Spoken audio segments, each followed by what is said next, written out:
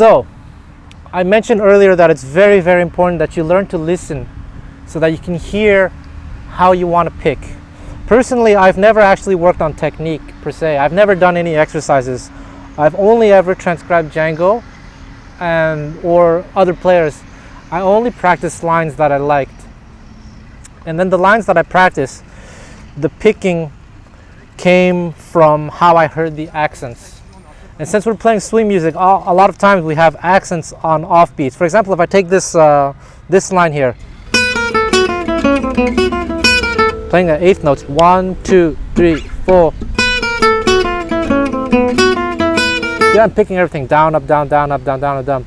But if I want to accentuate the offbeats, I would do down, up, down, down, pull off.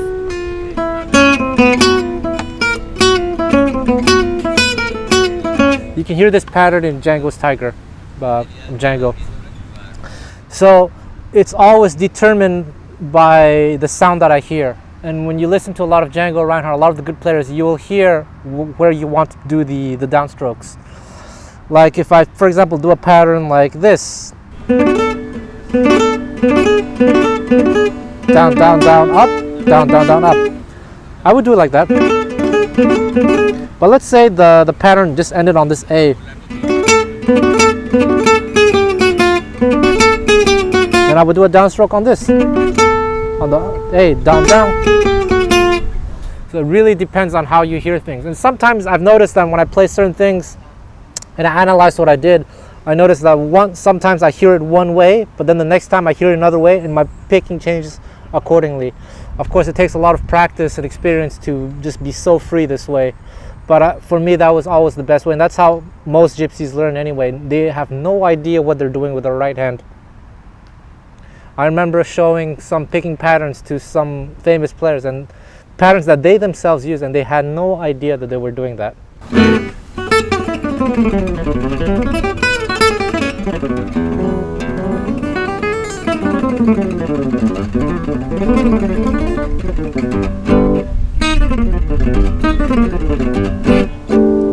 So this video is more about the right hand, not so much the left hand, and actually the left hand is also very important.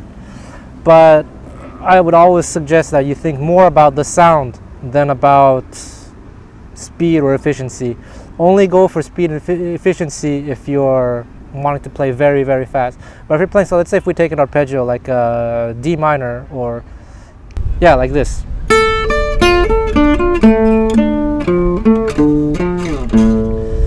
If you play it with this fingering like this, whoops, it allows you to play fast. But then if you do it like this, you get this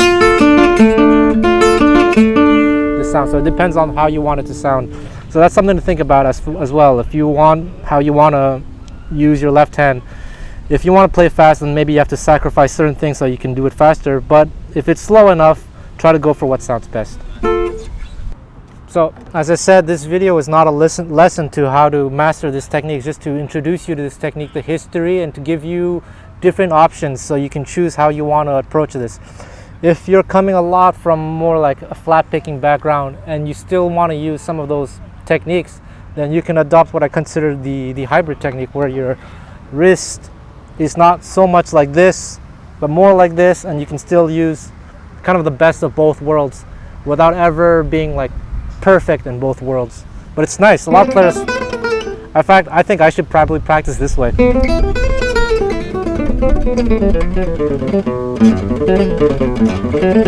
Yeah. But if you're like really into the pure acoustic sound, then yeah, okay, then I would suggest adopting this technique. Or if you're playing a lot of if you're playing loud and amplified, then I probably would recommend anchoring your technique like this, so that you don't get feedback, and you can use effects to give you the reverb. Like there's another pattern like Stokely Rosenberg likes to play.